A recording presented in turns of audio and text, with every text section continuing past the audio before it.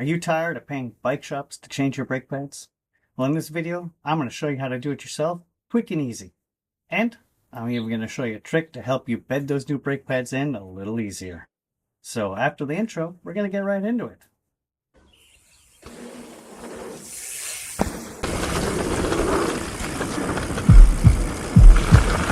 As I was saying before the intro, we're going to show you guys how to change your brake pads quick and easy.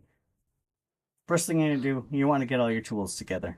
I'm going to put a list underneath with all the tools, but here's a quick overview of what I use. First thing you want to do, remove your wheel.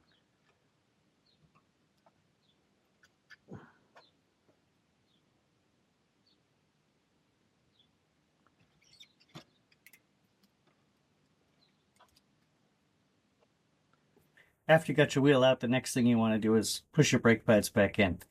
A lot of people will pull their brake pads out to do this. I do this with the brake pads in. I got this nifty little tool I made.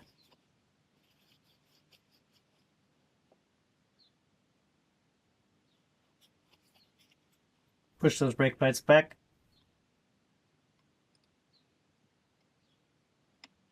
Once you push the pistons back in your calipers, pushing the brake pads back in, now got to remove the little bolt, or sometimes there's a cotter pin, that secures the brake pads, keeps them from falling out.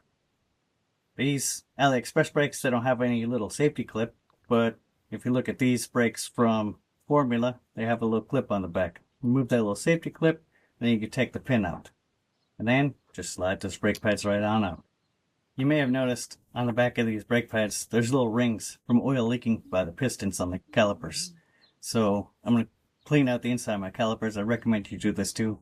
If the brake pads are out, just give everything a nice clean. It prevents wear, and you can actually check your seals too and make sure that nothing's looking too cruddy or corroded in there. That's a good step to do right now. Might prevent some problems later. So, old pads are out. Everything's cleaned up, ready to go. Now, for this process, if you haven't put your rubber gloves on yet, make sure you put them on. Because you got oils in your hands, you don't want to get those on your new brake pads. So, this is that step that I'm going to use as a little trick, or we're going to call a little trick, to help your brake pads bed in a little bit faster. What you're going to need now is a little holder of water, a little bucket or a little Tupperware dish, something with some lukewarm water. You can have cold water too, but why get your hands cold?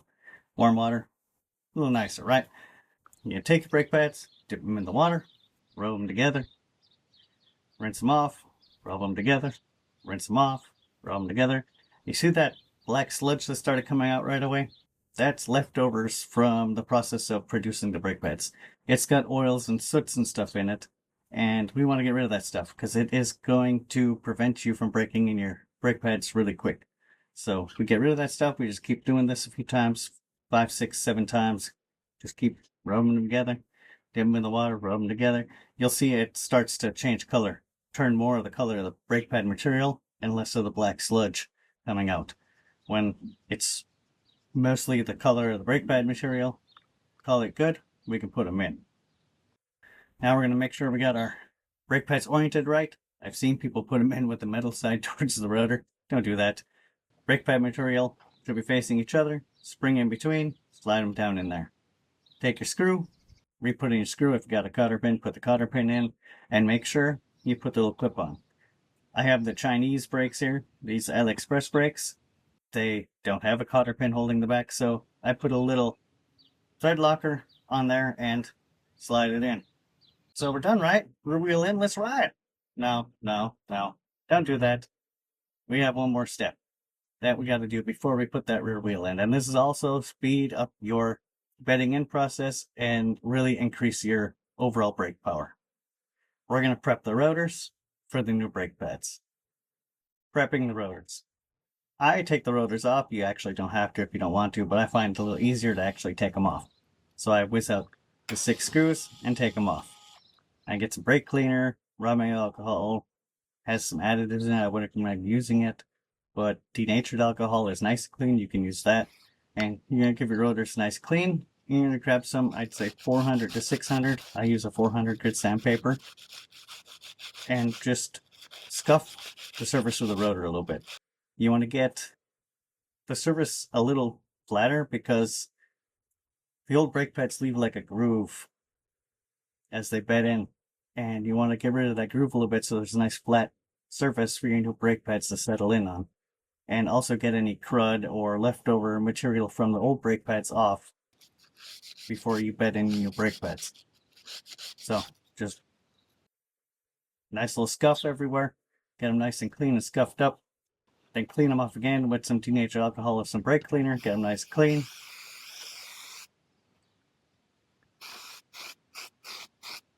If you take your rotors off to scuff them and clean them, when you're putting them back on, I'd recommend to add some thread locker to the screws because you don't want those coming out. And also check the manufacturer's torque spec and make sure they're torqued correctly. And then we can reinstall the wheel.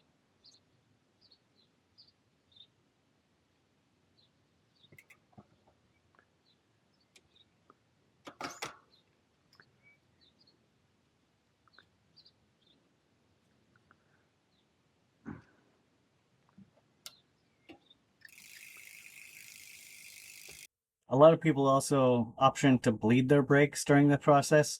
I'm not going to show you how to bleed your brakes today, and every manufacturer has a different brake bleeding process, but I will be doing a video later on, probably in the winter, showing everybody how I bleed brakes, and I bleed my brakes pretty much with the same methods for every brake, even though every manufacturer says to do it a different way. I've come up with a method that I do it on all the brakes, so, you know, we'll do that video later on in the winter, but we're going to get on to bedding in these new brake pads. So let's get out on the road. Right on the road, we're going to bed in our new brake pads. A lot of people are like, why bed them in? They'll bed them in when I'm riding the trail. Nah, don't recommend that. This 10 minutes at the most of going through this bedding in process is actually going to add a lot of power to your brakes and increase the life of the brakes. I'm lucky I have an incline right in front of my house. It's not too long, but it's long enough to bed in my brakes. But you're going to want to find a paved or concrete ramp or something that is long enough to warm your brakes up as you drag them down slowly. You're just going to want to ride up to the top, get up to speed. Doesn't have to be super fast. I usually ride maybe 20 kilometers an hour. What's that, like 12 miles an hour? And then let it roll down the hill and just drag the brakes. At the beginning, I just drag them really lightly and let it roll. And then always increasing a little more pressure. You don't want to come to a complete stop at the bottom. Just let it roll out. If you come to a complete stop, they say it can add some junk to your rotors and yeah, whatever. I just don't come to a complete stop. Never have. So don't know if it actually impacts this process at all and leaves some junk on the rotors and makes tight spot for braking, I don't know. Or vibration, there's all kinds of stuff. And a lot of people also tell you that if you want to add brake pad material to the rotor, that's a bunch of hoo-ha. You're not wanting to add brake pad material to the rotor, you're wanting to mate them together because there's small imperfections in the brake rotor and there's small imperfections in the pad. You want to grind away that little bit of material so they fit together nice. And that increases the braking ability, or the friction, if you will. It's going to come to a point where you're going to notice it's not increasing the amount of brake power you're having, and do it 3-4 times afterwards, and we're going to call them pre-bedded in. The last process, I don't have a video of this. You're going to want to do on a longer descent, and you're going to really heat them brake pads up.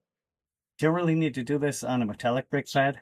They don't need this, it's called degassing. They don't need the degassing as bad as an organic or a semi-metallic pad because it's an organic pad with metallic material. They have more production leftovers inside the material, and getting them really hot will burn a lot of that out. I hope I was able to help you out with change your brake pads. Any questions? Of course, just leave them in the comments below. A lot of people notice I'm pretty quick to answer. My next video comes out in the next 2 weeks. That is the video where I'm going to set up the giveaway for these AliExpress brakes, so come back for that. That is also the video where I'm going to go over some quick tips and tricks that helped me improve my feeling of safety on the bike, because if you feel safer, then you can ride faster. I know, it doesn't make any sense. I'm riding safer, I'm riding faster. Yeah, these couple little brake tricks will help you out a lot with your brake management on the bike. So come back for that. And well, that's about all I got. I hope I was able to help you out, and check out my other videos. Leave a comment below, and never stop shredding. Dave out.